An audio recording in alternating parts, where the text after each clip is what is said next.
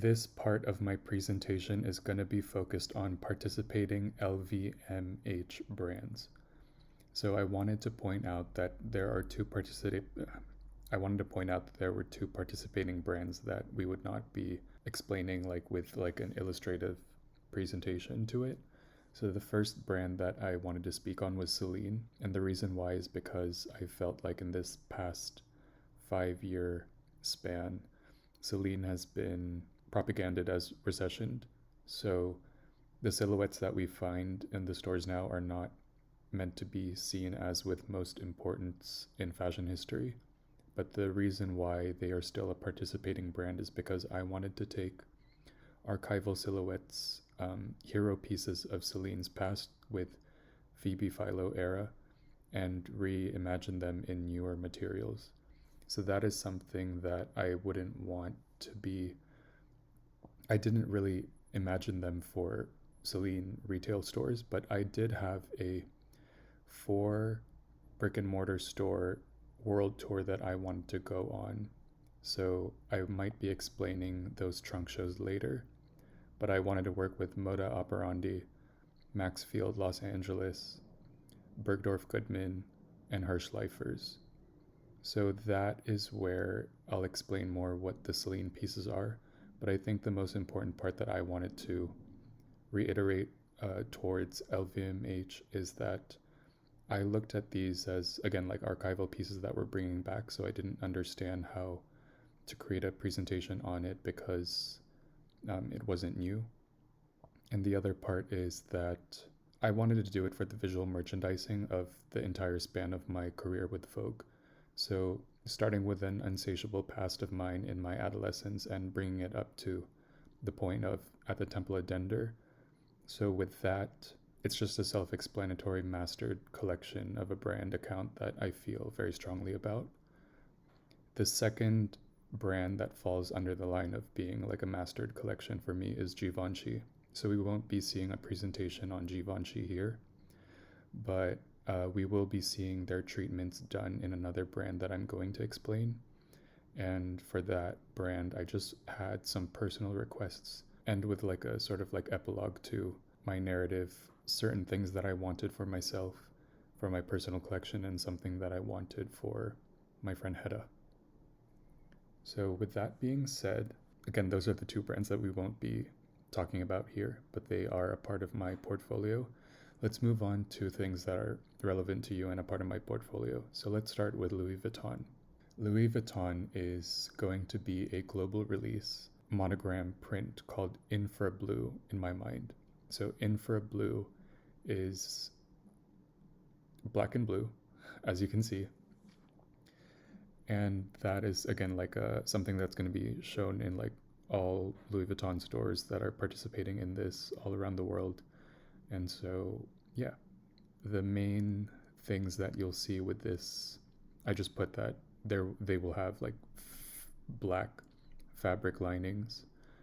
And I wanted to revise silver hardware to be taken across all the pieces.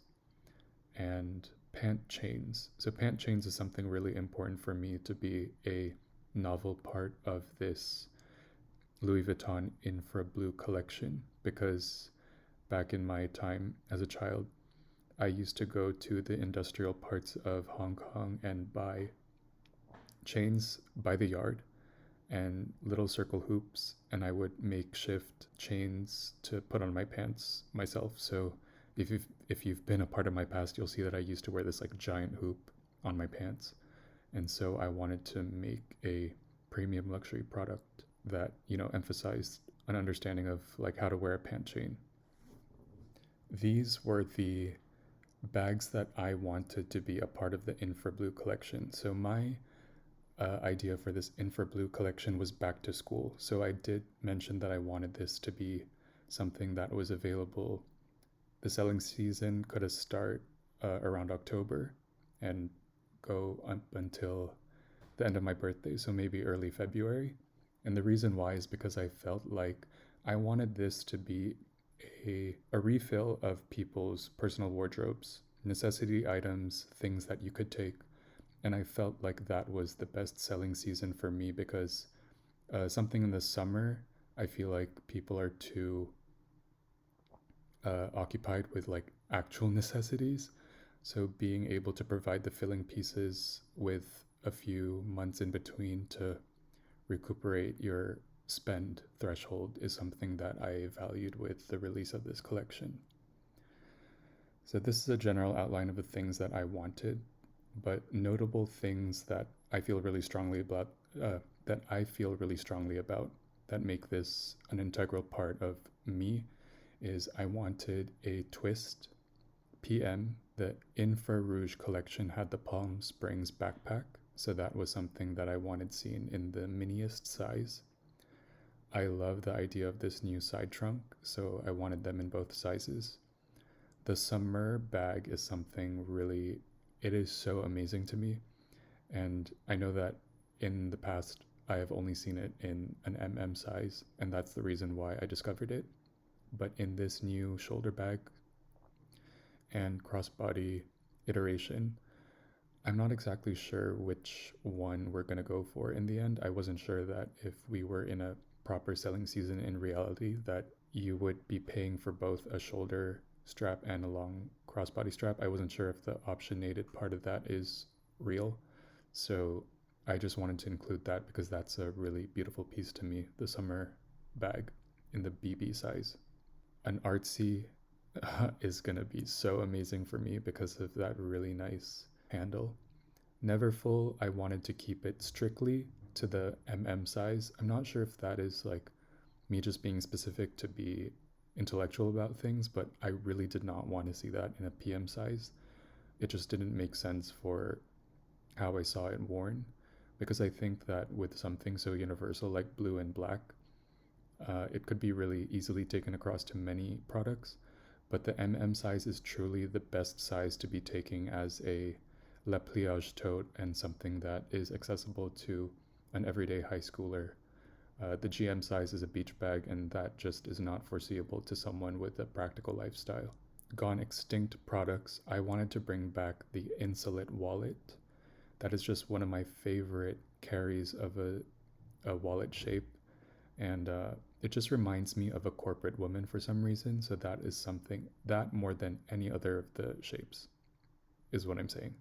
The Zippy wallet doesn't make sense to me. The Emily wallet doesn't make sense to me. You would love to have one in this color range, but the Insolite wallet is the true carrying cash. You can fold a bunch of invoices into it, and it just felt like the best folio file piece. I showed this thing that looks like a pant chain, but that's kind of similar to what I was thinking about. So having the holder like that so they could, attach it to their belt loops. Other things, in terms of luxury refilaments in a person's wardrobe, a dop kit is going to be really important. Watch sleeves was something that I saw. So this is going to be something that is very similar to the black and white damier print. So a very masculine sort of collection. So that's why I chose those menswear necessity items to feature. A key clay is iconoclast and is something that I'm going to be really excited to do for the accessibility part of it, just because that is, God honestly, one of the first luxury products that I ever fell into category with. Passport holders would be great. There's also the women's makeup cases, and I chose these specifically because these looked like the most professional, like makeup artistry, like train cases. I didn't really want to see them in cosmetic pouches. And there is that little shadow box that is like a trinket holder, which I thought was really cool. We also have that little pochette, which I think could go over really well for a very young girl who wants a little shoulder bag. Now I wanted to move on to more specialized products. So these are two ideas that I did not want to be seen at Louis Vuitton retail stores. And this is the part where it goes into whether or not Condé Nast and Vogue has the leverage to create pieces of a novel value that could be seen as a part of the inauguration. So if I am talking to people in the LVMH pipeline, I would say, first of all, thank you if this is something that you could do for us. It's something that I'm going to be speaking about in the other brands just because I felt like it could be a possibility depending on how you see this entire presentation. But what I wanted to say was I wanted to work with Hirschleifers on this occasion because when I think about suburban life and the namesake return of where you say you got something, for me, my first Louis Vuitton product was bought at the Stanford shopping center that is in California. So when I think about I don't see it at an e-commerce trunk show. I don't really see it at Maxfield. It would be great at Bergdorf's if they carried one of the stores in the actual department store, but I think for me Hirschleifers was the best idea because it's on Long Island. I never went there, but it just felt like that, you know, secondary retailer sort of thing if you're from the city, if you know what I mean.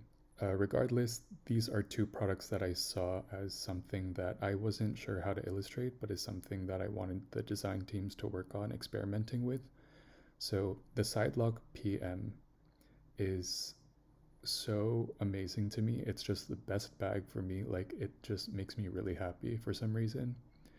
And I wanted to see this in a PM size. So this one is a very much like going to Bond Street nighttime in a hoodie, just like chill bag situation for me.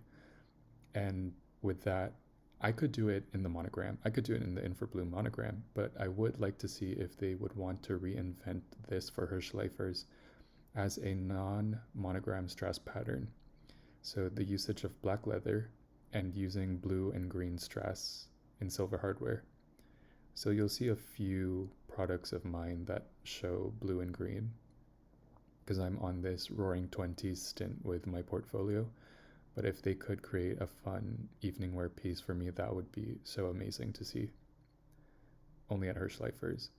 The second bag that I wanted to see at Hirschleifers was this bag that I found online, and it just struck me as this super cool thing.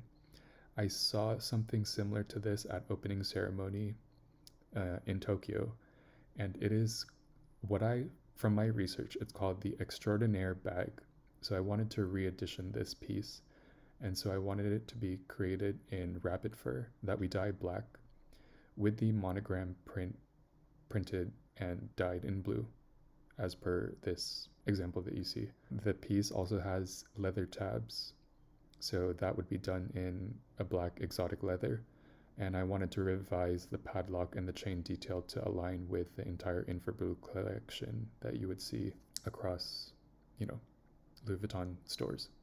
The last portion of this are novelty pieces to me. So I just chose to cite like a keep all bag, so that's something that's very normal. But I wanted to bring back this van silhouette that they had done, because that's something that when I was going through the websites and just window shopping, that was something that really made me, it just gravitated towards me. It's just something that I really eyed and eyed and eyed. So if someone had the ability to purchase it in blue and black, that would bring a lot of purpose to me. I also loved it in the Converse silhouette. Bringing back a boot would be amazing because I fully believe in a boot being a part of my style trope, and I think a woman would feel really... A lot of these pieces that you'll find are going to be pieces that are like a men's design for a girl. So what I'm saying is for the girl that likes to be edgy, that's something that I saw happening.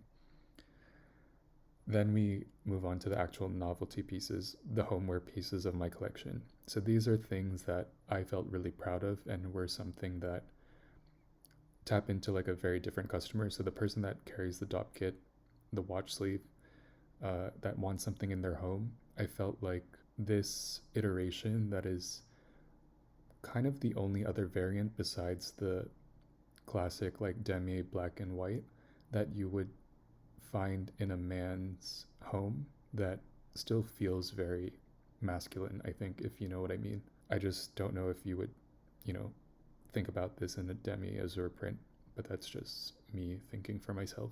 It's also a nod to my past with Veuve Clicquot, and I thought that if they were willing to approve of this global release with me, that these are the pieces that I wanted to see them develop that I personally have not seen them do before. So the first thing I wanted to cite is a corkscrew, and bottle opener twin set. So the bottle opener would just have a leather canvas sleeve, not sleeve, but it will be actually a unremovable part of the handle. And where the wood is on the corkscrew, that is also where I saw it being wrapped in a canvas. Champagne buckets are going to be super cool. I think that it will be mostly obviously made in metal, but the parts where the handles are could be wrapped in a canvas. I'm thinking silver hardware across all these things. And a more old-fashioned one where we just see a canvas tab as a carrier strapped to the champagne bucket is something that I saw being really cool too. For more modernized pieces, I wanted to have a cocktail and garnish cutting board. So the garnish cutting board would be done in a black wood, and it would probably have a black metal handle. I wanted a canvas coated paring knife to go along with it, so you buy it as a set.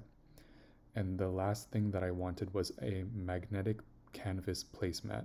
So the Infrablue collection, you see like a black board, and it's wooden and it's Louis Vuitton. It doesn't make sense, but I think just a perimeter of like a placemat that is fully done in canvas coated material, and the bottom part of the wood, and something that's like hidden between the canvas and the like finishing exterior lower half of the placemat. You could put in magnets like sandwiched between the two materials I'm saying that create the placemat, so that the cutting board doesn't move.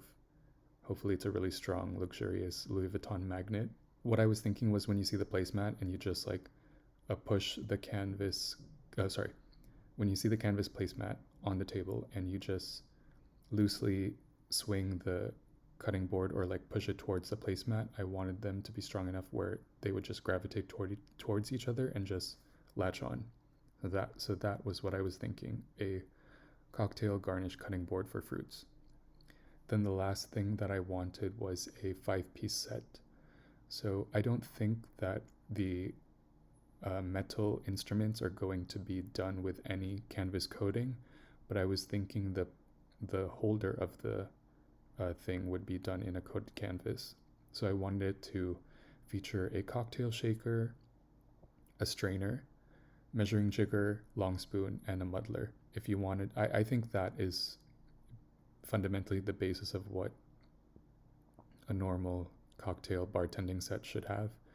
I don't think that we need to go as far as having the liqueur nozzles, just because we're thinking of practicality's sake of like what a luxury brand does with developing things that are not in the category of food and beverage. But that was what I saw, and that is the end of Louis Vuitton. Next brand that we are moving on to is Fendi, and I wanted to preface this presentation by talking about the usage of collaborative works, crossover products, collaborative products in general when it is marketed that way. And I wasn't exactly sure how to explain when the intent of me was to use that vehicle of designing fashion as a way for it to add value to a company, because I think what you'll see when you're looking through my presentations is that it will look like I just did it on a whim. And I just wanted to explain that there are going to be a lot that you see just because it felt like I just felt really about it. I wasn't exactly sure on a professional setting what it would mean for, does it mean that the brand that you're working with doesn't have the design integrity or the workmanship to create a proprietary piece that stands in time? I'm not sure how we're looking at it. I'm not sure if in the broader image it's about an exchange of ideas and this one world sentiment. But all I know is when it wasn't effective and it didn't really feel like it added value, I truly chose not to do it. I wanted to say that my priority was within the company first before ever trying to bring in another designer that is not a part of the internal teams. So I have an example of a brand account, YSL, that I dissolved a collaborative idea that I had this year. So I am being very nimble and tactile with the ways that I am choosing to do this, because I feel like based on the case study of LV Supreme, it is something that obviously garners a different type of attention, and that's just not exactly what I was looking to do with my inauguration at Vogue. And just in general, this access of approval of manufacturing, if this is true, if Anna is working with the brands and the brands are creating proprietary products that are intensely luxurious that may not even be offered at the participating luxury brand stores. So that was the piece of tokenistic gratitude that I wanted to explain. So with that, let's move on to Fendi. Fendi, Fendi, Fendi. Oh my god, Fendi. What I wanted to say as a basis for this is that the mini peekaboo has done so much for me. Oh my god, it has done so much for me. But let's move on to the fact that as a little tyke, I dreamed about a vision of a life, and what you propaganded as your vision of a life was a woman walking into a store, picking through a computerized design of a made-to-order situation, and it was green with a lining of brown python. So then the story goes, she places the order, they don't ask for cash or card or check, and so at this time, like the banking systems, like you have to like bring your own little like keychain of like a pin that like generates like a number like each time like you press the button. So let's bring back that, and when the arrival of the peekaboo happens and you see that gorgeous python lining. So what I am saying is thank you for placing that piece of imaginative marketing work for me as a young person. And with that, I am just saying that I wanted to use the material of python with Fendi because it made sense for the way that I discovered the brand. Other than that, like objectively speaking, like the black python Fendi mini peekaboos are one of the best usages of python that I have ever seen in my entire life across all brands and silhouettes and handbags and etc. It just makes sense for that bag. It was something that was an intense object of desire for me. So I wanted to move on to 3 styles of peekaboos that I am really persistent on making sure happens. So the first one is my peekaboo. So this is called the Fendi Vogue Mini Peekaboo by Keefe. And it's because I wanted them to take one of my photographs that I had done and reimagine it into a couture applique. And what was proprietary to my usage of this in this portfolio is that I wanted to take black suiting twill as the fabric for this handbag. So we see canvas versions of a Fendi peekaboo, but I wanted to take a menswear, specifically a menswear suiting twill that has a bit of a grit to it, similar to like the Balenciaga pants that I have right now and the Sephora shorts that I have. I wanted to use that because, Fendi has that like corporate woman lifestyle type thing. And I feel like, a leather handbag is great. But when you take like a very like scrumptious like menswear fabric, it just makes for the same sentiment. And it also looks, well, first of all, it's easier to apply the crystals that way because it's fabric. So that was something that I hoped they would appreciate. But the other side to it is I've personally never seen a menswear fabric bag done. So when you are doing toile, it has to be AM appropriate and very like nonchalant, very casual. But if you take the same principle and do it in black for it to be an evening wear piece, similar to like a girl just wearing like a black tuxedo when she's walking somewhere, that was the idea that I had for my mini peekaboo. So again, like I said, I wanted the bag to be done in a black suiting twill with floral crystal couture applique that could somewhat resemble this photograph that I had taken. I obviously don't need it to be verbatim looking like that, but the doily of the mini peekaboo that they've shown me gives you a glimpse of hope for me, but you can abstract it to as far out as you need to so it doesn't become such a piece about it being about me. So it's not really about me, but I wanted it to be kind of about me. Matte black chrome handle, bar, turn lock, and hardware. That comes from, there was an iteration of a medium peekaboo that was in black leather, and they had matte black for the like square holder that you see here. I wasn't sure why, and it irked me, but it might have been intentional for them for like a it was a design feature that they were adamant on, but like the lining of this was done in gold. So you only saw matte black for the exterior. And then when you opened the turn lock, you saw that it was gold underneath. So that might have been an unintentional choice. But I was saying for mine, if we could have it in tonal matte black as a correction to that, then both of them, I think you would define as a corporate working woman's handbag anyway. So again, like I said, like completely tonally corrected to matte black for the handle. So chrome handle would be great because it is a suiting fabric handbag to just get it away from being casual. The bar in between the two parts of the handbag, turn lock, and the hardware. Black python lining for the inside of the handbag, and a black python whip stitching, just because mine was whip stitched and I just feel like the inside is a surprise, but when it has that detail, then I think it would make sense for me. This handbag, I'll go into the city thing later on. So the next thing I wanted to work on was a Fendi Obsidia Mini Peekaboo by Givenchy. So this one is also an idea of black suiting twill, and I wanted Givenchy to create an Obsidia hardware situation with pearls. So this is a Alix treatment of an Obsidia pearl that I saw, but now that Sarah Burton is the creative director of Givenchy, I think that it's still a good idea for her to take hold of reinventing this with Fendi, just because I went to a press day with Alexander McQueen back in the day, and I remember those trench coats, and they had this like asymmetric hem to the coats, and they also did whip stitching, whether it was a leather outerwear piece, whether it was a fabric, but it was whip stitched. So I think in the principle of, you know, this Fendi bag being whip stitched and her doing whip stitching and me being in love with the cuts of those coats, even though it wasn't in my affordability, it just feels like it makes sense for her. So I thought that she could take hold of that as one of the introductory pieces to her job scope at Givenchy.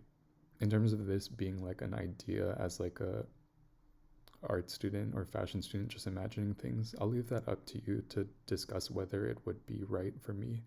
But I think that they have shown other examples of times like the Pokemon collaboration and all that to just give me a sense of comfort that all things are a go, especially when they're taking the time to create samples to like send them out to like stores to like show as little, you know, plush dolls. So like I said, that was another piece that I would like to see considered.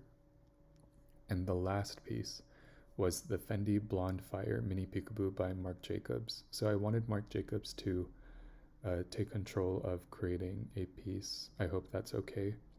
And I really fell in love with this girl power, girl punk, steampunk, not really steampunk, girl power, like punk gothic, but like positive feeling girl collection that he did in the past. It's so. And I just wanted him to create a Fendi Peekaboo based on revisiting his past collection.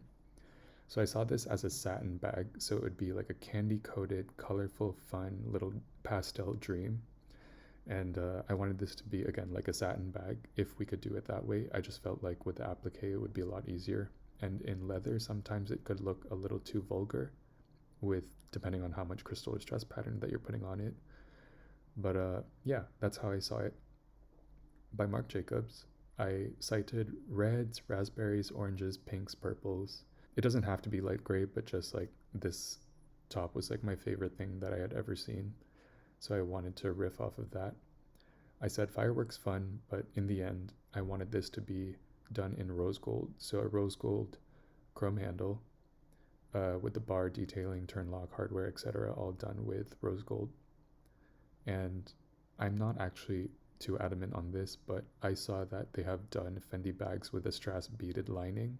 An option, we're not sure. Up to him, up to you to approve, up to him to figure out once approved whether this is a foreseeable, realistic idea. In terms of the distribution of these products, I don't know if this is fashion for me, but like I was thinking that I wasn't really thinking about Vogue and Condé Nast switching their job scope to become a distributor of products. So like no Vogue Club understandings of like a giveaway, or like I was thinking that like Vogue would cross reference their most, like dedicated like customers, and that could be an option. Like Anna has her own personal connections of like a network that could see as being a reference for when we choose people. So I was saying that the city exclusive thing was something to keep it maintained to the LVMH side where they don't have cross referencing with the network in order to create or compile a list of prospective clients. So I wasn't sure which way would be the smartest way. I wasn't sure which way Anna would prefer, whether it is done because they are producing it for us that we would have to go to Fendi focused customers, whether we have the autonomy to create a Condé Nast network list of people to give them to. So I just cited, I was thinking a run of like at least like 10 editions for the Vogue Peekaboo and the Obsidia Peekaboo. Oh, wait, sorry, not 10. And we see 9 and 4. So, yeah, I wasn't sure what was the best way to go about it. So, these are the cities that I wanted it to be a part of: Manhattan, Los Angeles, Paris, Mexico, Monaco, and South America. Just because with me, like, I have an affinity for wanting to bring out and accentuate the South American market as a new generation of like luxury consumers. Like it's like a trending boom that I see happening. So that was where I mainly wanted to see this carried. It's like the Asian thing with exotic leather and the Quan thing, and like I think that Latin America needed its time on the come up. With the Obsidia Peekaboo, it just matches the whole like thing that I envisioned for them, like Joan Smalls and the Givenchy thing. You know what I mean? The favela thing. That was what I was getting at. So, like I said, this would either be city centric and Fendi centric, or if we could be approved for additional allotments. So, let's say you wanted to create more than editions of 12 to 15 pieces, then any additional allotments to the Vogue network, I think, would come secondary to Fendi centric customers. In my mind, I wasn't sure in negotiations what was the best way to explain it. But then for the Marc Jacobs Peekaboo, I would hope that we could create this as a American region piece of work initiative, because Marc Jacobs is American and I'm American, and like Bergdorf Goodman is just a perfect like New York state of mind. So I wanted the full quantity run to be distributed by Bergdorf's, just because I feel like it would be nice to see a brick and mortar store being celebrated for something like this. Something that I remember Anna talking to me about, I'm not sure if I'm really being sure about this, if this is what she said, but I believe she wanted me to say that because of the nature of the materials that we're having with these handbags, without the premium price of like StockX, I think we're looking at these handbags to be in the retail price of like 8,000 US dollars to 17,000 US dollars, I believe. Sorry, that's a very large range, but like that's just the figures that I remember. I remember like 13,000. So let's just say between like 8,000 and 17,000. The next thing that we're moving on to is the mini baguette salon that I had, and my idea for Fendi was creating a American Masters collection. So I wanted the mini baguettes to be done in an American Masters collection with 5 participating brands. And so the mini baguette is a shape that I had seen that made sense for me because when I think of a managerial style bag, one of the biggest flexes I think would be in just the minimalism of having just very little things with you. But I didn't want these to be small, like a micro peekaboo where it could be seen as a bag accessory. I needed it to be large enough to carry a handbag. Sorry, large enough to carry a handbag. It will cost a handbag. I would like this mini peekaboo to be able to hold a phone, maybe like AirPods, and I'm thinking instead of it being fitted really tightly to the bag, like when you see examples of people that say like look, it fits, but like you can't, like there's no give or room to like wander through your belongings. I wanted it a little larger, not too big, definitely not big enough to be a shoulder bag. I did not want this to be a shoulder bag, a managerial bag that like you could at least put a quad eyeshadow palette in and it would fit. Maybe not necessarily Marc Jacobs like bronzer size being able to fit, but just a very demure eyeshadow quad palette from like, let's say like Dior or Chanel or something that size. I think that's something that should be able to fit. I've seen the examples that I see at the stores here. That seems okay. Maybe a little larger, maybe a little less. We're not sure. It doesn't really matter. But the whole point is the impact of it is not a nano bag trend, and it's just like the smallest practical thing that you could take that still feels very minimal and titrated. So the American Masters collection of mini baguettes with Vogue in my portfolio started with Marc Jacobs. So I wanted him to go off of the mini peekaboo. So whatever design things that didn't work there could also be projected onto this mini baguette. And I called this the Girly Pop Baguette by Marc Jacobs. So this brocade pattern, recontextualizing it in sequins and strass would be amazing for me. I saw this with an amazing Girly Pop lilac satin lining. Right now the bag is light gray. We're not sure if he's gonna continue with that. It wasn't like a persistent idea with me. But a satin buckle tab and remaking the Fendi buckle in a colorful buckle by Marc Jacobs. So like I have confidence in his perfumes and the bottle caps to that. They're amazing. Something like that would be really cool. The next bag that I wanted to talk about is with Tom Ford. And this is YSL era of Tom Ford. And I took a top that I saw, and that is so amazing to me. And it's the Chinito Americano baguette by Tom Ford. The Chinito Americano baguette is something that I remember thinking about. And like when I think of like the perfect Milanese style, like 11 woman, psionic Bay Area woman, like for me, this is what I imagined wearing, taking to my old high school at SI if I ever visited again. Just because for me, like I loved the way that it could be appropriated from a different culture, and it's still it like just makes sense for my entire being as it is. So for me to wear something chinoiserie, this Tom Ford iteration from the past was the most effective. Like, oh my god, I am in love with it. So I wanted this baguette to, again, take from this pattern that we see on this top, recontextualizing it in sequins and strass for the mini baguette. And I saw this one having a chintzy burgundy mink trim. So across the lid of the bag and possibly the perimeter of the actual bag base itself, burgundy mink trim. So it would be red, white, and blue, so it still looks American, but it's like Chinito American, and the blue is like Gold Rush, and like, yeah. I just think it's a really great idea for me, and it would be super special to see happen. I saw this with a burgundy satin lining, burgundy lizard buckle tab, so not tonal to the blue. Oh, sorry, and this is a silk bag, by the way. When you see satin and silk, there's not much of a difference to me. It wasn't like specific for any reason, but under this same realm of fabrications is what I wanted. Burgundy lizard buckle tab, like I said. So this one is non-exotic, as you see, because it's really more AM, and this one is either way for me. And I wanted to see if a glass buckle would be something that I wanted to see happen. I'm not really, I don't know if that's like a thing, but like for some reason it just seemed interesting to me. A glass buckle by Tom Ford to finish off the thing. The next section is by Givenchy.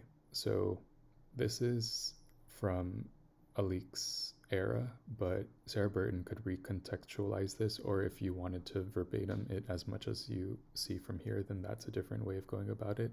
My theme for Givenchy was the Roaring Twenties. So I wanted to create a flapper girl baguette. So this is one of the most amazing dresses I had ever seen in my life, to be honest. And this is a Givenchy piece. I wanted to see this as a mini baguette. So it would be a nude suede bag. So something that you could soil really easily with lipstick or your makeup. That was kind of the vibe for it. And because it's a good contrast to the amount of crystal fringe that we want to see. So do you see these droplets going around her bust line and the sleeves? The drips here, icicles. I wanted that to outline where the stitches are here, just around here and around the the base of the bag. So it would be just this like drapey, fun, amazing thing that is not too vulgar because of the size again of the bag. I saw it as delicate crystal work, and I wanted this to have a Gatsby green satin lining. So I thought that would be really amazing because this whole like white to cream with green theme I have going on has this like maturing money situation. And because it is themed Roaring 20s to me, the Gatsby green lining would be really amazing to see. I saw this with the nude suede buckle tab, so I cited this example of like with the fabric and the mixed media. I wanted this to be fully nude in suede, and I wanted to create a figurine buckle. So it's magnetic, and these will obviously not be removable during its final production sample, because I saw like an example of them seeing if you wanted to interchange the colors. But if you could create a goddess of a situation like this, so like I love like the girl with like a crown behind her and then the wings, and like oh my gosh, I just think that a silver female figurine buckle would do really well as something to explore with this bag. So it would probably cover most of the buckle tab. The next thing that I saw was a diffusion to the peekaboo, so taking the same treatment, it could just pretty much be the same treatment, and as an obsidia baguette. So this one in a black suiting twill and pearl embellishments with a black suede interior and black suiting twill buckle tab. So I didn't need a sea python on this bag. I mean, we could if you wanted to. It's not a priority to me. And the vintage Givenchy logo, if you wanted to downsize it, I don't see it as a square. I see it as following this rectangular shape that you see with Fendi. But in the vintage Givenchy logo, in their pyrite, would be the most amazing proprietary idea of creating like a mix of like modern with like actual referential materials from Givenchy. I just thought that was really amazing because this is something that I wasn't affording when I was like too young to like really discover brands like that. But this pyrite material is something really important to me. So very feminine, very masculine, Givenchy by Sarah Byrne in general. This is the mini baguettes by Givenchy Studio. The next mini baguette series that I have is by Manolo Blahnik, and I called this the FYB baguette by Manolo Blahnik because I just had the hugest like creative epiphany when I figured this out for myself. The Hang Easy buckle, again, it's square, but if you could make it into a rectangular form to match this Fendi buckle, then I just thought that two and two together just made for a really strong reason to explore the possibilities of that happening as a collaborative piece of work. So I wanted these to be exotic mini baguettes by Fendi. Reason being, these are going to be one, like I felt like for Anna's like a livelihood, and not her livelihood, sorry, the lifespan of her life, being able to ultimatum a piece of something that she has propaganded through the media in Sex and the City. This was the most professional, profound way of taking a favorite from her, taking something that she wrote in scripts for people to, for Carrie Bradshaw to ever say. But I think on my side, if I'm not really focused on appeasing her, it is so like interesting for me to think about, and like it intrigues me, and it is something really powerful for me to like think about seeing. So like I said, these are going to be completely exotic shiny crocodile mini baguettes, and the theme of these colorways, I guess, is like Casino Royale. So my Manolo Blahnik I wanted was a black shiny croc Manolo Blahnik mini baguette with a black suede lining and a rose gold Hang Easy Vogue buckle. So so rose gold Hang Easy buckle. Vogue buckle was whether or not Anna wanted to create a pattern or like a different like crystal work idea, but you could just take the regular Hang Easy buckle and do it the same way, and like it would be enough for me, because I think the point is that it should look like Manolo Blahnik when you see it. So mine is black and rose gold. Anna's is in Fiesel Shiny Croc. So I think the power move with this is that it, again, like I said, that it can't be a utilitarian neutral color. And this type of like reddish toned almost white, not really, high gray, Yeezy, neutral toned render of an exotic material is not something that I have seen readily available in history. So being acknowledged for the fact that she has an understanding of the history of being able to work with this material, if we could create this, if this is achievable without too much like nail polish and the opacity of like having to put white into painting into the leather, if we could come up with a natural grade of like something that is like this. Because like I initially thought of this as a Beton matte croc Manolo Blahnik mini baguette, so that looked really bridal to me, but I think that that matte white is really severe and really mature. So I'm saying that like if it is an option, because I know it isn't a possibility based on research with past lots, the whitest neutral that we could find in a shiny croc, I would say that I think the warning here is that you have to be okay with it wearing a lot worse over time, because mildew and things could get between the veneer and the exotic material itself. So I think that's a reason why there is a limitation to it, aside from the pigment of using white. But again, that was just a lot of rambling, but that was the reason why I felt like for Anna's Manolo Blahnik, being able to achieve a Fisil shiny croc would be amazing. And I saw that with a rose gold hang easy buckle. So if you compare it to a Beton matte one, I think that one looks a little more feminine and this one looks a lot more practical. The last mini baguette that I came up with Manolo Blahnik is going to be something that I wanted to see at Bergdorf's. So this would be accompanying the Marc Jacobs Peekaboo. So the Marc Jacobs Peekaboo and the Manhattan Red Manolo Blahnik would be the two products that you see in Vismerch at Bergdorf Goodman in my mind. The Marc Jacobs Girly Pop mini baguette will be seen at the Moda Operandi trunk show, and I just didn't want it to be at Bergdorf's because I like the different points of access and the different points of entry. So why I chose Manhattan Red.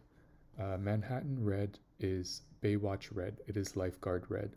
The reason why is because I took a photo of a red one when I was up in the upper west side of Manhattan. I took a photo of one in the Manhattan store of a mini peekaboo in this exact red. So the sighting of this is off of a mini peekaboo, and it's the exact same peekaboo that I saw. So for some reason, it's been an inside thing between me and Anna that this red is something of like an unattainable piece of my past. So I wanted to take that exact red and correct it to be our, Jennifer Fisher red. So I wanted to correct it because this can kind of look like a red bell pepper, but something more like a cherry red. Again, like a vibrant Baywatch Manhattan red. That was what I saw with this handbag.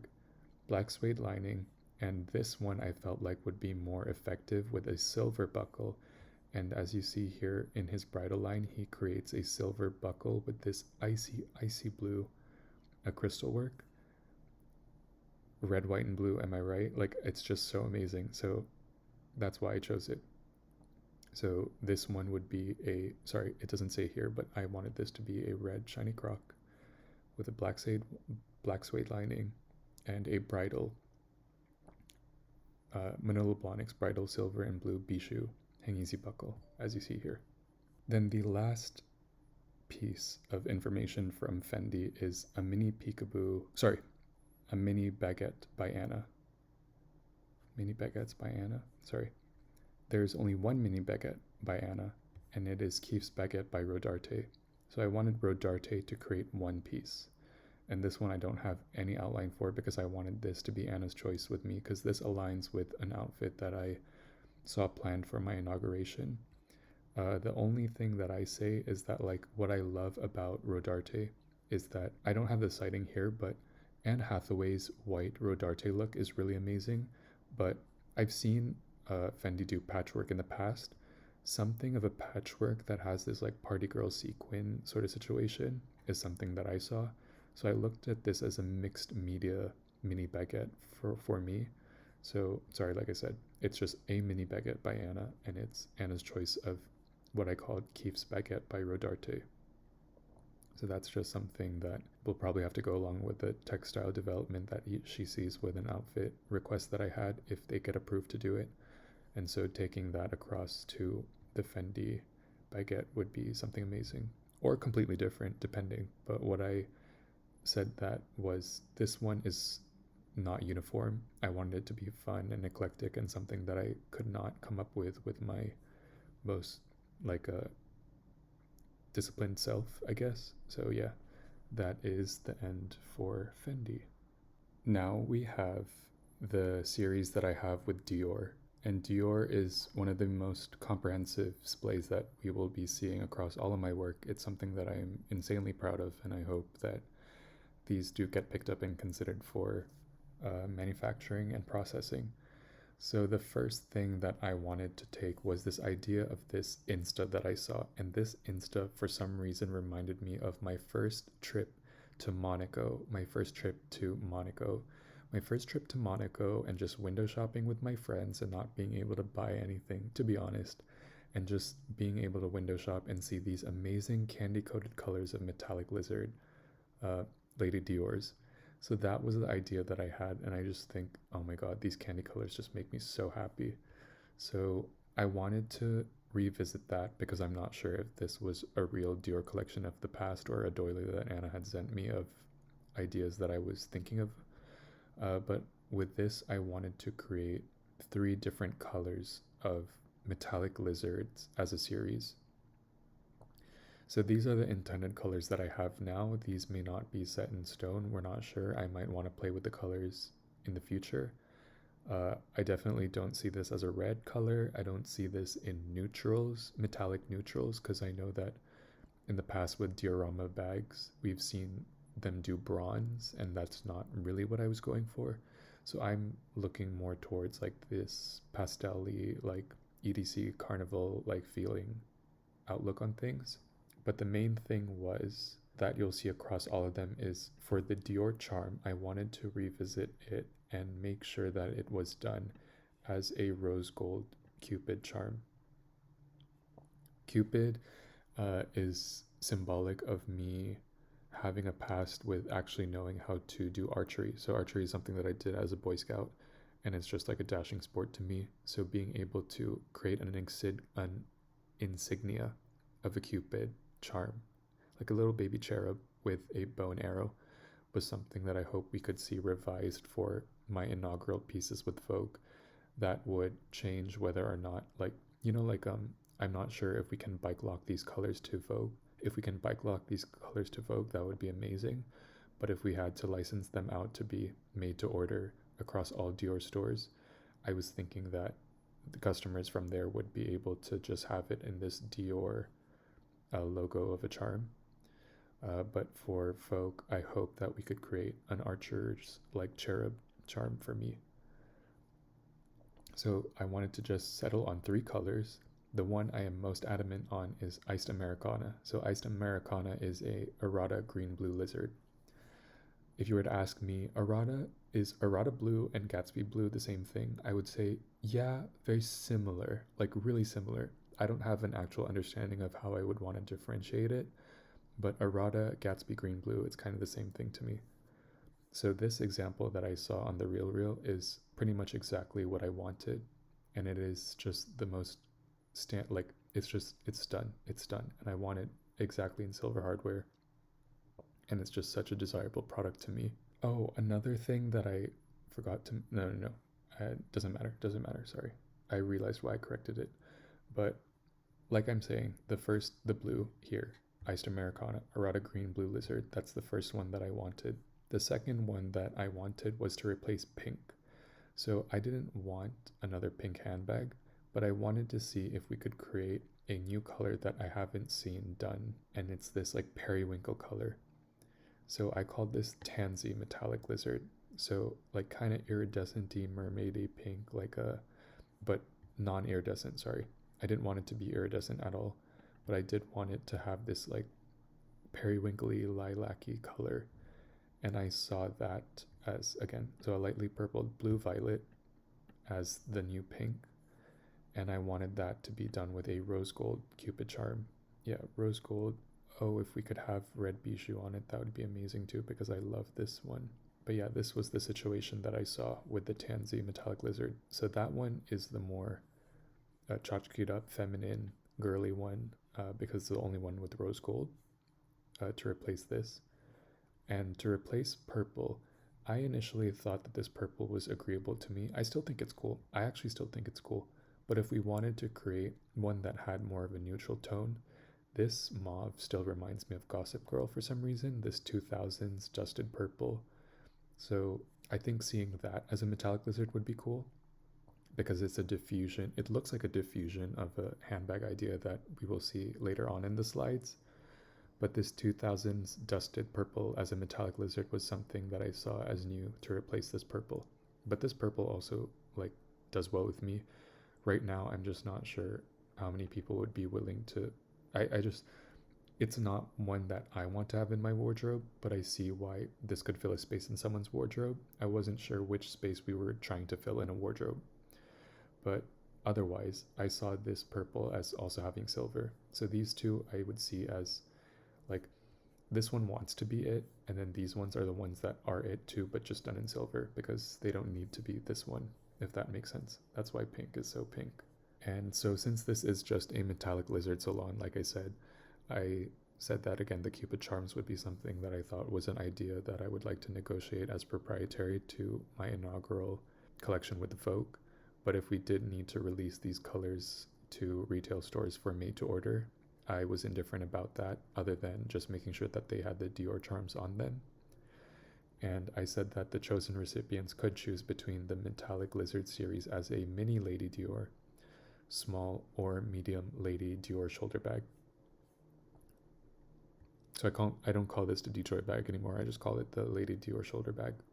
The next idea I had reminds me of the way that like a prompt could mean something different to two people, but them still agreeing on a universal idea of it being really powerful to each person. So this is the Dior Gauche bag, and the Dior Gauche bag is based off of Anna's first front page cover of her tenor at Vogue, where she, has this LaCroix cross. And I wanted Victoire de Castellane to create a Vogue cross for us. So this is an example of her past work. And for me, it's because I went to SI, and you'll see footage of me walking into the Dior store in Union Square in San Francisco. And again, during a time where I wasn't able to access anything. So I have the connotation of it being religious because I'm Catholic. But more importantly, it just makes me proud to be who I am because it also signifies intellectual competency. Lizard, as you'll know it because of one of my old bosses, Dana, resembling to me, different from Python. Python is more a luxurious material to discover. Lizard is really like the step up, the promotional leather for me. So like I'm saying, like a Python person is a luxury consumer, but a Lizard handbag is a managerial person. So that's just the way that it happens for me. I wanted this Lady Dior shoulder bag to be done in a high shine black lizard, and I wanted there to be a bijou on molten hardware Dior. So Dior has examples of this, of them where they do the letters in a cage design and there's crystals all over it. I wanted to see if they could create something similar to this where it's molten and the jewels are molten AMOLED into the gold.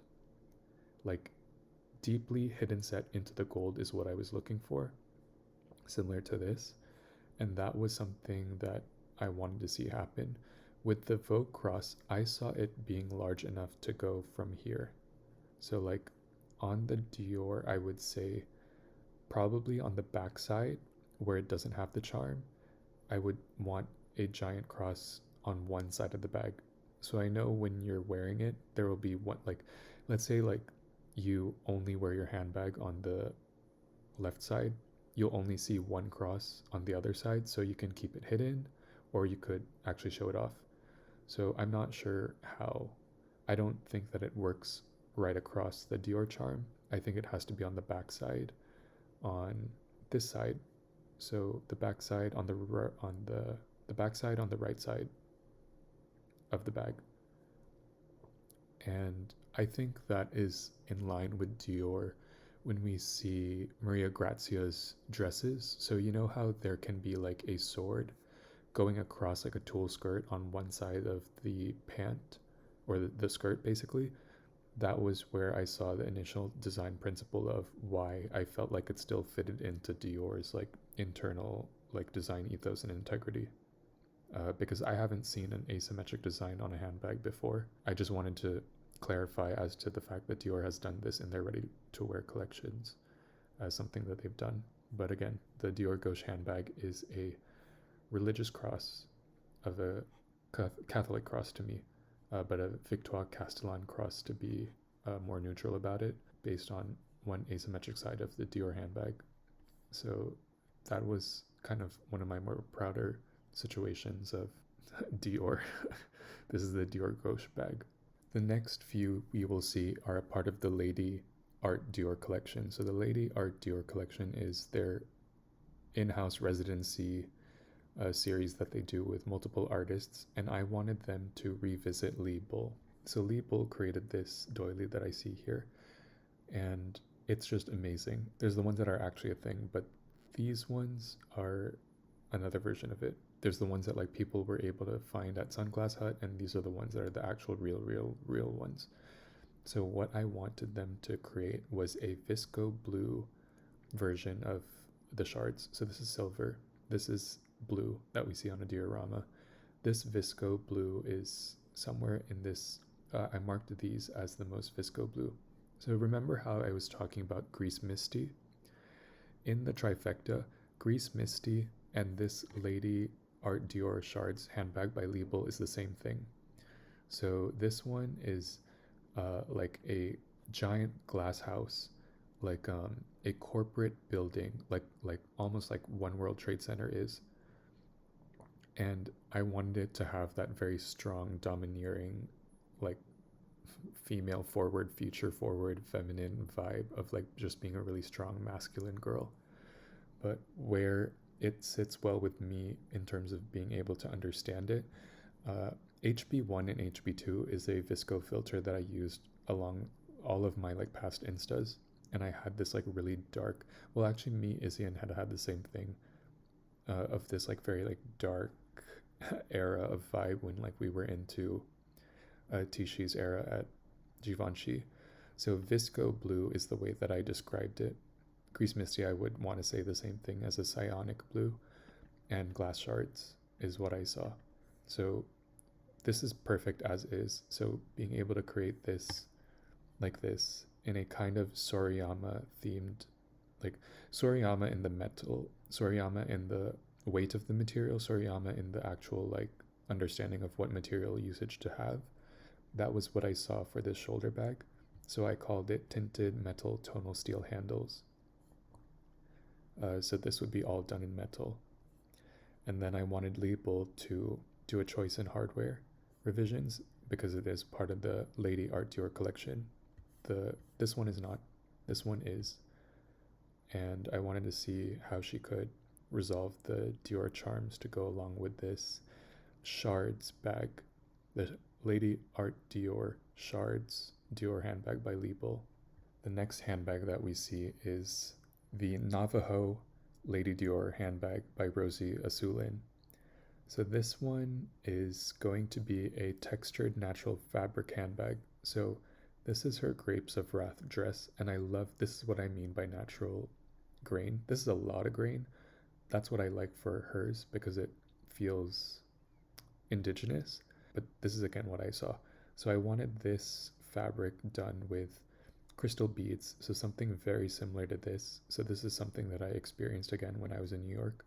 So I wanted to create it with this fabric with crystal beads and Diorified with the resources that you could have for Rosie to be approved to explore this possibility with Dior if Anna allows it. So the basis of the handbag is a multicolored, beautiful, Jewish amazing that we call indigenous Navajo. And I wanted, oh, it's okay, Dior has like done appropriations of Navajo in the past.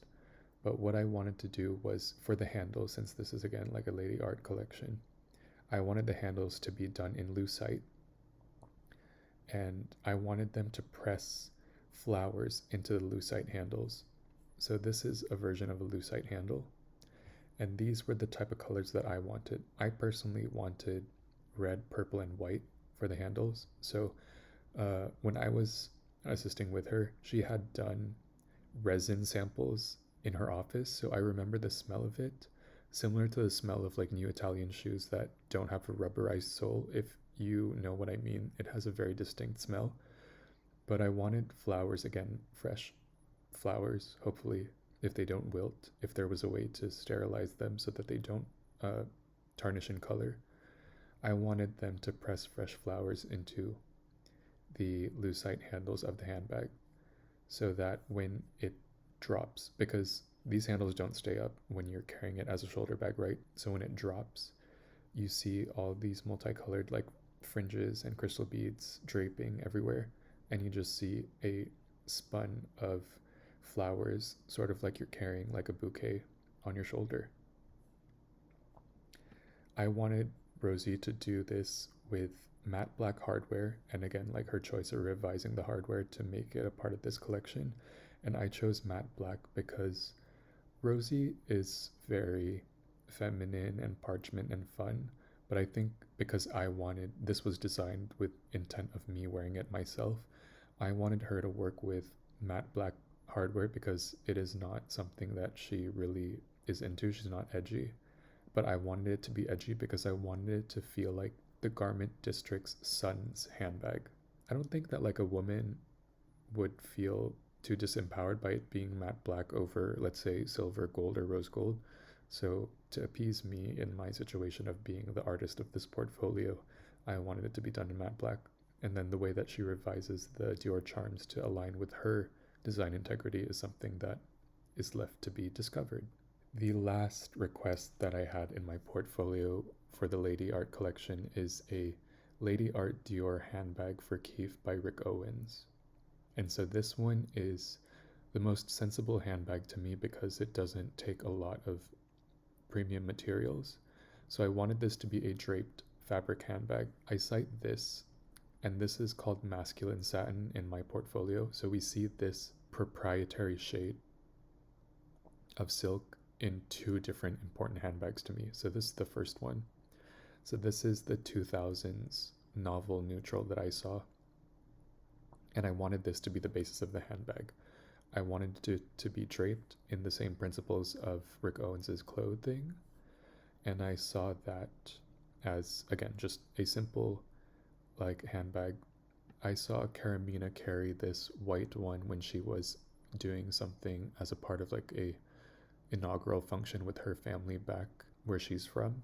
So to align with the sensibility of being able to dress for situations like that, that was where I saw it. And then when you asked me about, remember when you were talking about a handbag where you were like, this is the one that I wanted Anna to give me, like with the keys to my home?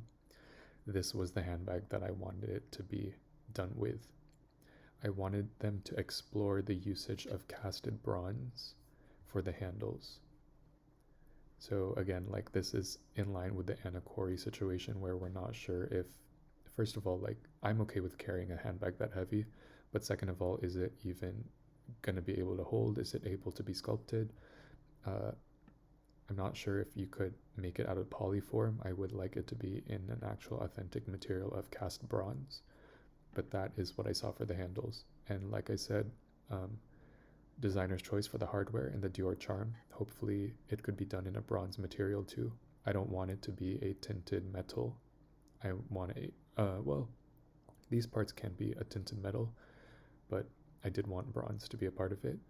And the only thing that I asked was for the Dior charm, the eye in Dior to be done as a sword, that matches my tattoo. So it's a very personal ask. I know it's a very self-interested ask, but nonetheless, I felt like it was a really strong usage of Rick Owens' principles just because he doesn't really go into accessories this way. But if you don't really identify with this clothing, this is a way to be able to carry out his design ethos in a way where it still makes sense. It still feels cool. It still feels Joshua Tree. It still feels Californian, Ojai, Americana, California situation, if you know what I mean. Now back to more commercial pieces. The Dior saddlebag, this was my entry again to the saddlebag arena of their classic oblique patterns, and I wanted mine to be called the Dior Gourmand Satin Saddlebag. So verbatim, before the election happened, I literally saw myself wearing this at Trump Tower, or a friend of mine wearing this at Trump Tower. For some reason, it just matches the gilded gold situations and like the fountains and the escalators. Oh my god. So they do this at Guerlain and Whiskey Habiki. This honey brazened, dark amber color is what I cited as the perfect shade of silk that I wanted this handbag to be. So this is a dark amber silk handbag, and I wanted matte black threads to embroider the vintage Dior oblique print across. So it's just a very classic Dior style, but this was the colorway that I felt like was missing in their portfolio. And this has patent detailing. I wanted to see if they could do black suede detailing for the piping, the perimeter, sanglets, and shoulder strap to the handbag.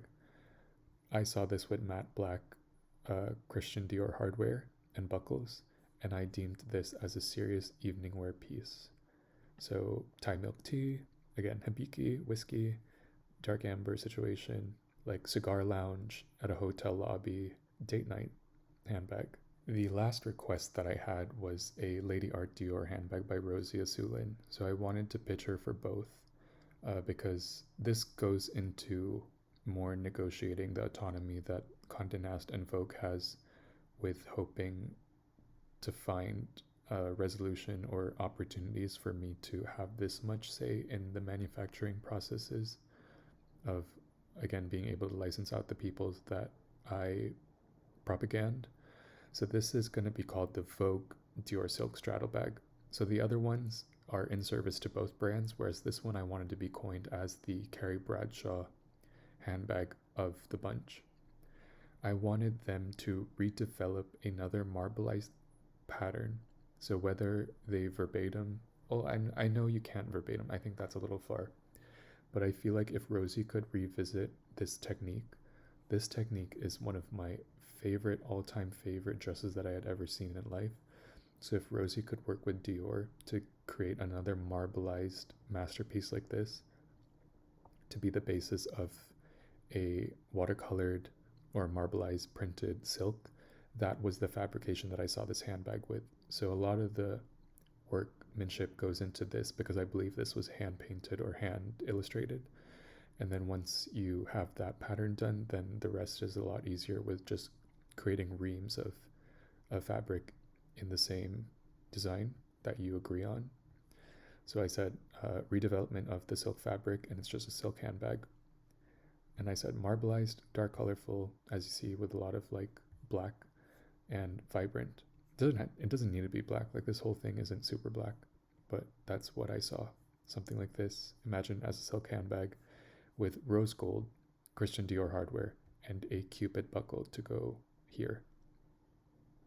Yeah, no, this one's going to be really special to me, Keefe.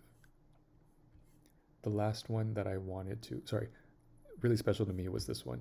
And then this one's also really special too, I guess. But the last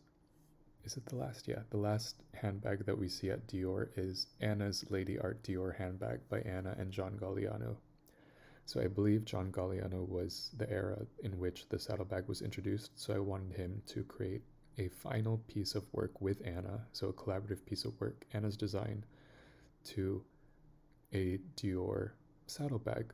So just whatever she wants, just because if I imagine myself wearing it, then it would feel like an heirloom that she had given to me based off of her life. But the only restraint and limit that I put is I wanted her to find exploration with ceramic or porcelain, Christian Dior hardware, and Cupid buckle. So why I say porcelain is because English teacups, the white ones that are really frilly, and when they are hand painted with this like quality to it, that was where I was going for. Not fine china, but it is fine china if it is your tea sets, but old English tea house, tea house is Asian. Old world English countryside ceramics with a hand painted quality, grandma looking beautiful, is what I wanted her to see if Dior would allow ceramic to be a part of the thing. So, you know how I said with Tom Ford, it's a glass buckle? I personally have never seen glass on handbags, but if there was a way to create one that's integral enough, then, you know, when you drop the handbag and it shatters, like, that's your problem. But I wasn't sure if there was a safety hazard to creating something like that. But in the end, I wanted her to work with ceramic or porcelain as a way to reimagine the hardware and the buckle. And the buckle I was hoping could be a actual Cupid. So I know that they have never done this. They don't actually even feature the saddlebag as a part of the lady art collections that they see. But if they would again approve of exploration of the saddlebag as a part of the lady art series that they do, I would like to see a Cupid done for this here. In this note that I say sanglet attaches from back of Cupid's head at a perpendicular horizontal to allow a more weighted dimensional buckle. Why I say that is because the part that it attaches to the leather tab here is on the top of the piece. So when I say perpendicular, I mean going this way, horizontally meaning this way, to the back of the Cupid, because if you put this to attach to the Cupid's head, the Cupid would have to have a face large enough to carry, and it kind of looks like it's being nailed to the top of the Cupid's head. So I thought that didn't look good. So being able to keep it towards like his traps, the back of his traps, would allow the swing of the buckle to feel different and more balanced. So the head might even pop up above because it's attaching to the back here. So you have to leave room for it swinging like this with the head above here covering this leather tab.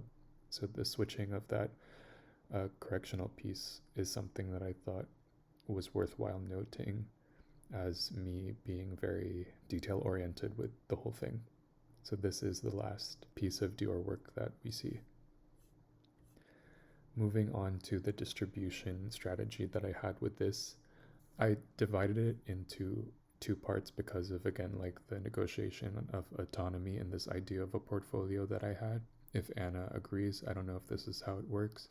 I don't know if I'm even going to be hired for this job, but I would like to preface this by saying that this was me trying my best to really believe in the value of my work.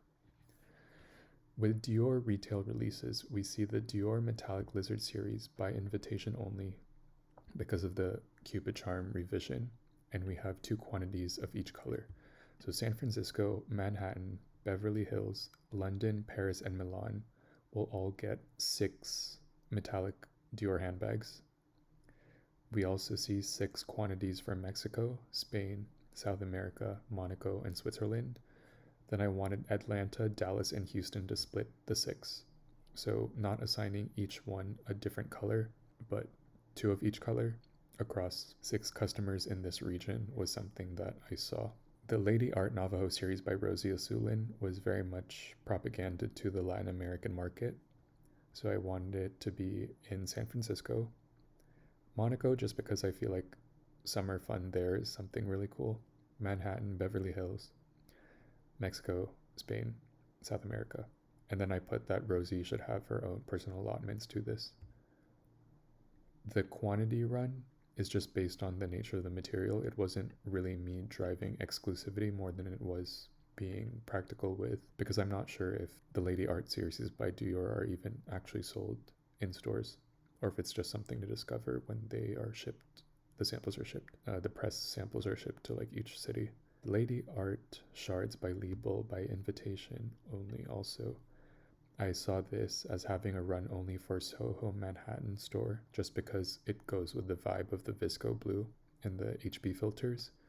So 5 quantities in Soho, that would be probably citing the Dior customer base across the entire nation and the Condé Nast Vogue community across the nation, because I assume that they'd be able to travel to the Manhattan Soho store if they didn't want to have it shipped over to them, because I wanted a function for this thing. and the Paris store. So that's another function. And then I don't know if we need a function, but South Korea was also one that has an allotment of 5 pieces. Now with the Vogue releases, for the Moda Operandi trunk show, I chose the Rosy Azulen saddlebag to go along with our initiative that I have planned out with them. So that comes in a quantity of 17. Maxfield Los Angeles has the Gourmand saddlebags. If Dior felt like it was compelling enough to sell to their other customers, that's fine with me. And then the Lady Art Keefe Dy, or Keefe's Lady Dior shoulder bag by Rick Owens, comes in 7 units, only to Maxfield Los Angeles, is what I said. Then the Dior Gauche bag and Anna saddlebags not for sale, because I felt like this was going to be a personal experience for her to be designing something. It's a personal experience for us to diverge at this yellow wood of a Gauche bag. So I was thinking that we would settle that on our own, in our own time, if this does get approved. And if I actually get approved to be on site in Manhattan to sign off on this production release.